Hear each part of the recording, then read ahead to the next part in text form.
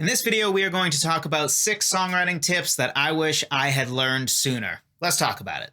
So this first tip is sort of a mindset tip, but I think it's very important. And that's the concept of crawl, walk, run. The idea of crawl, walk, run is you have to learn to crawl before you can learn to walk, and then you have to learn to walk before you can learn to run. And the basic idea is to write at your current skill level. We do want to learn new things and to constantly be expanding ourselves so that eventually we can run. But if right now you're just starting with songwriting, just embrace the fact that right now you're crawling, and that's okay. That's actually the best way you can start. Because if you try to run before you learn to crawl and walk, you're probably going to get overwhelmed, think this is way too hard, and eventually quit. As an example, I don't think that starting your song with a stock overused chord progression is a great way to songwrite long term. It is something to have in your tool belt, but it's not something that should be the main way we write songs, in my opinion.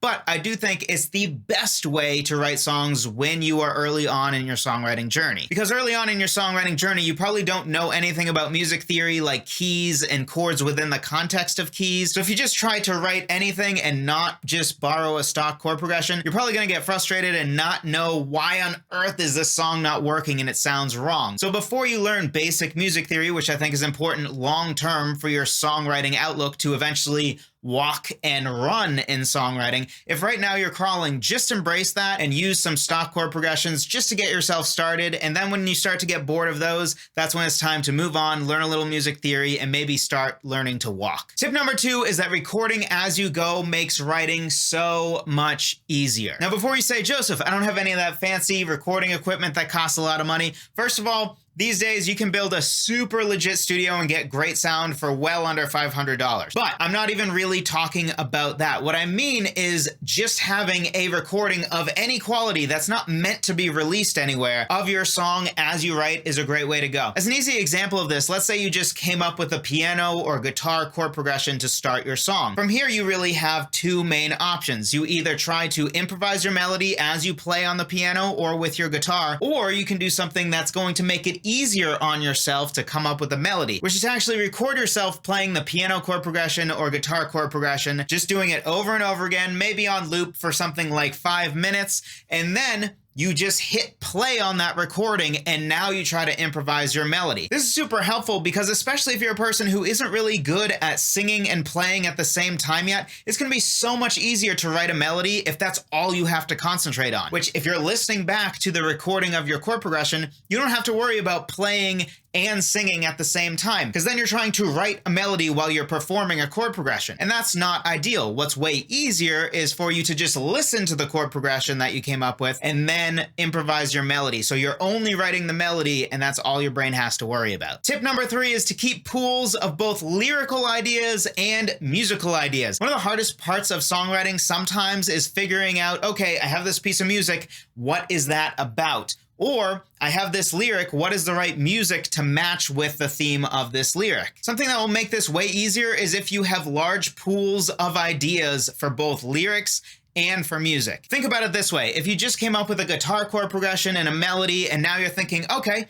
what is this song about? If you don't have a large pool of lyrical ideas, then you just have to come up with the idea out of thin air, which is probably going to be harder to come up with a good, appropriate idea than if you have a giant pool of, say, 100 different lyric ideas that you haven't developed into songs yet, and you can just read through that list and say, oh, I forgot about this awesome lyric idea that I had that actually seems to fit with the music I just wrote. Okay, that can be what this song is about. Now, to be clear, this of course does not mean that when you come up with some music, you can't think, okay, what would this song be about and actually come up with a fresh idea. But it's going to be way easier if you already have a giant pool of ideas for your lyrics. And then the other way around is also going to be true. If you come up with an awesome lyric idea and you have a whole bunch of musical ideas that you've recorded maybe on your phone again for free, then you can try to figure out, you can go through them all and say, do any of these seem to match the story idea or theme idea that I just came up with? Tip number 4 is to outline your lyrics before you write them. Some people call these song maps instead. I like to think of them as outlines, but the basic idea is to be able to have something like a one-line summary of what your first verse is going to accomplish, what your chorus is going to accomplish, what your second verse is going to accomplish, etc. What this does is it allows you to write intentionally and have intentional structure, rather than going into chaos mode and saying, I just need verse lyrics, I guess I'll just write stuff. Instead, you know, okay, the first verse, what it needs to accomplish is setting the table for the rest of the story.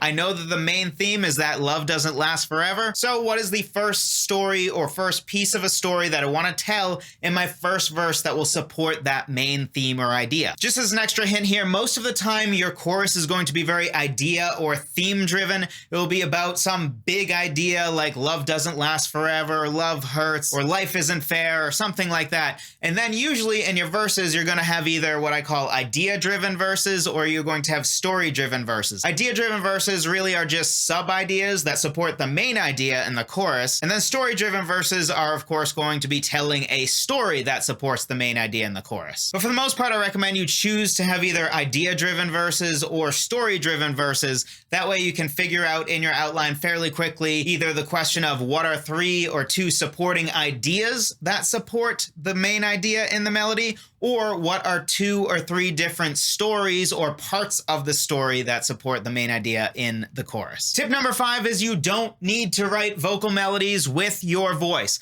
Now, depending on what instruments you play, the best tool for writing your vocal melodies might actually be your voice, but we shouldn't take that for granted as obviously true. For example, if you're a beginner acoustic guitarist and you don't really play any melodic instrument, then almost certainly the best instrument for you to write your vocal melody with is going to be your voice. But if you're actually a good pianist, or you're way better at the violin than you are as a vocalist, then maybe you might want to use the piano or violin to write your melodies. So don't take for granted that you must write your vocal melodies with your voice, because for you, it might actually be better to use another instrument to write your melodies. One of the big downsides I've experienced with writing melodies with my voice has been that sometimes it results in some lackluster, unmemorable melodies. Really, I think it just comes down to how we write vocal melodies with our voice. Really, what that ends up looking like is that we're improvising melodies with our voice as we're listening back to our chord progression or as we're playing our chord progression. Now, there's nothing wrong with that, but we're probably going to default to singing melodies that just feel very comfortable for us. And we're also probably not likely to take too many risks of going out of pitch and out of tune, so we're going to stick with a very comfortable, very basic melody. Now, the problem with this is that usually if you have a very simple, very basic melody, a lot of times that means it's not going to be a very memorable melody because it's very comfortable for your voice. If a melody is very comfortable with your voice the first time you sing it, that probably means it's not that interesting of a melody. It's probably just something basic like starting on a C and then stepping down to B and A, which there's nothing wrong with that, but usually you're not going to create your most memorable melodies by doing what your voice defaults to because it's comfortable. Comparing that with how I write on the piano I'll go up by a 5th or a 6th and think nothing of it because it's the piano. But almost never will I, when just improvising with my voice, will I do giant leaps like that. But giant leaps like that almost always are what create melodic interest in our melodies. If you just have steps your entire melody, it's probably going to end up being forgettable and boring. And my 6th tip is that understanding keys is absolutely essential. Now, to be clear, when you are crawling, it actually probably isn't essential,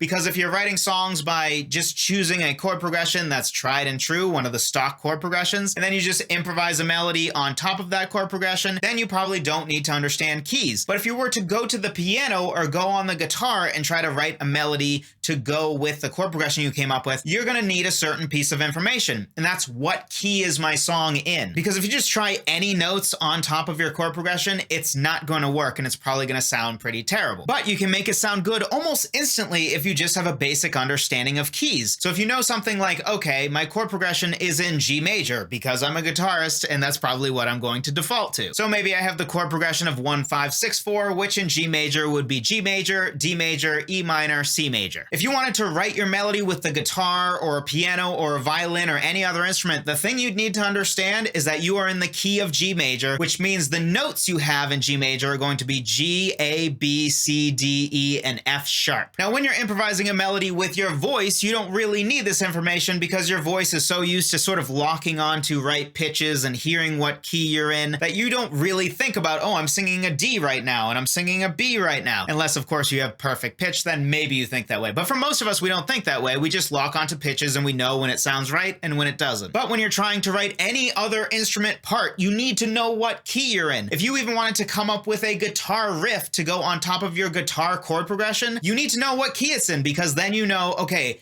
I'm in G major, so I should use the G major scale when improvising to figure out a good guitar hook. And everything I just talked about is really just understanding keys. And keys are a part of the 4 pillars of music theory that I think every songwriter really needs to know. And those 4 pillars of music theory, to me, are the things that are going to take you from crawling as a songwriter to walking as a songwriter. Understanding these 4 pillars of music theory are going to take you from being really confused about writing anything music and just being stuck with the same old stock chord progressions, all the way to being able to understand, okay, I'm in the key of A major. Therefore, I have the notes A, B, C sharp, D, E, F sharp, and G sharp. And then also understanding what the main chords you have in that key are, so that you are able to create chord progressions within that key without just picking a stock one. And you'll also be able to understand things like how to figure out a guitar hook or a vocal melody for that, because you understand the notes you have at your disposal in the context of the key of your song. So if you want to learn the 4 elements of music theory that I think will take you from crawling to walking as a songwriter, be sure to check out my free guide on the 4 pillars of music theory every songwriter should know.